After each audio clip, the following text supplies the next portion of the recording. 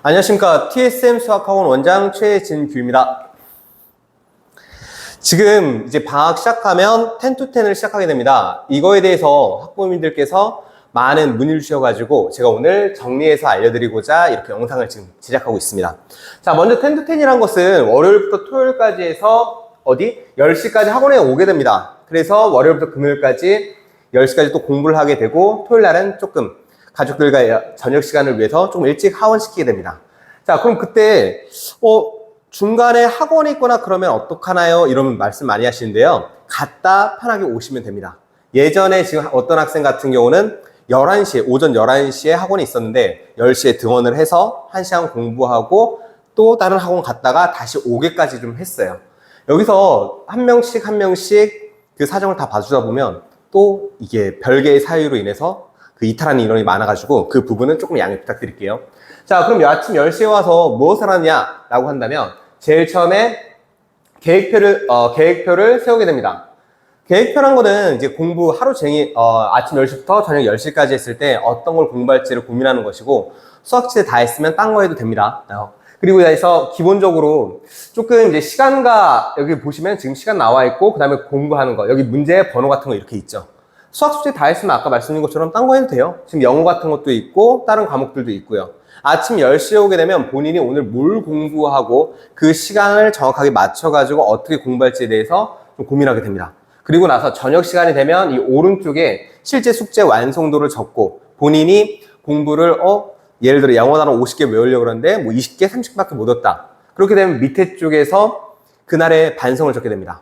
만약 본인이 진짜 열심히 했는데도 불구하고 그거밖에 못했으면 실제 본인의 공부 양이 보이는 거고 만약에 딴 생각을 했다거나 아니면 어떤 요인에 대해서 루스되는 시간이 있었다라고 하면 그거에 대해서 반성하고 또 시간을 본인이 컨트롤할 수 있도록 좀 공부시키고 있습니다. 자, 제일 처음에 이 공부 계획표를 세우려고 하면 특히 예비고1들 같은 경우가 많이 힘들어합니다. 제일 처음에 와서 대부분의 학생들이 처음 시작하면 저한테 질문을 해요.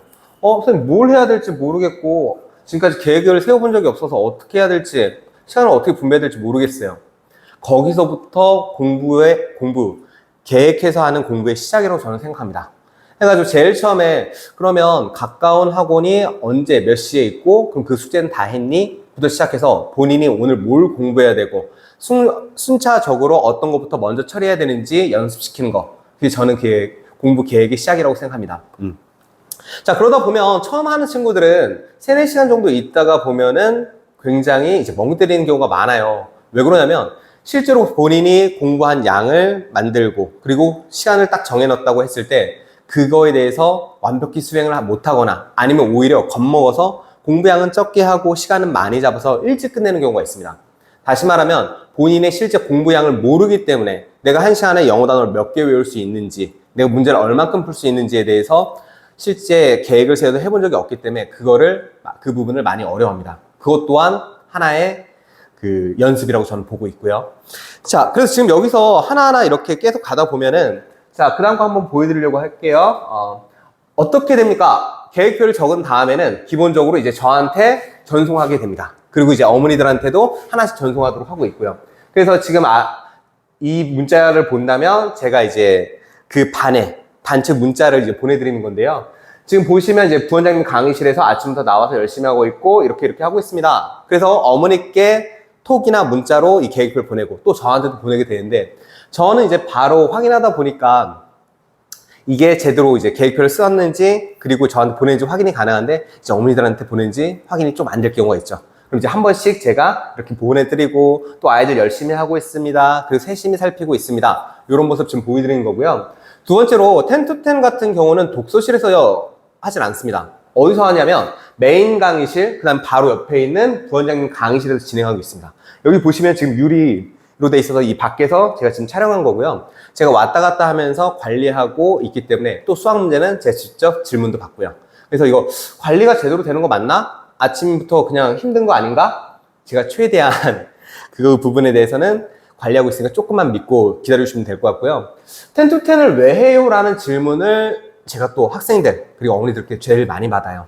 근데 10to10 하는 목적은 첫 번째, 특히나 고등학생이 갓된 예비고1 아이들 같은 경우가 방학을 노는 기간으로 많이 알고 있어요. 근데 노는 기간이 아니라 실제로 공부하는 2학년, 3학년도 보고 거기서 자극도 받고 같은 1학년들 봤을 때도 열심히 계획표 세우고 공부하는 모습 보면서 자극을 받는 게 첫 번째. 그리고 두 번째로 밤 늦게까지 유튜브도 하고 인스타도 하고 하면서 새벽에 잠들고 그러다 오후에 깨고 그럼 이제 어머니들하고 많이 트러블이 있죠. 그리고 개학하고 나서도 이제 그거 적응하는 것까지 다시 학교 생활을 정하는 데까지 시간이 오래 걸리죠. 요거를 조금 방지하려고 하는 거. 그 두 가지 목적이 좀 크고요. 그 다음에 아까 얘기했던 것처럼 계획 세워서 공부하게 하는 거. 이 세 가지 목적이 아마 제일 크다고 조금 생각하셔도 될 것 같습니다.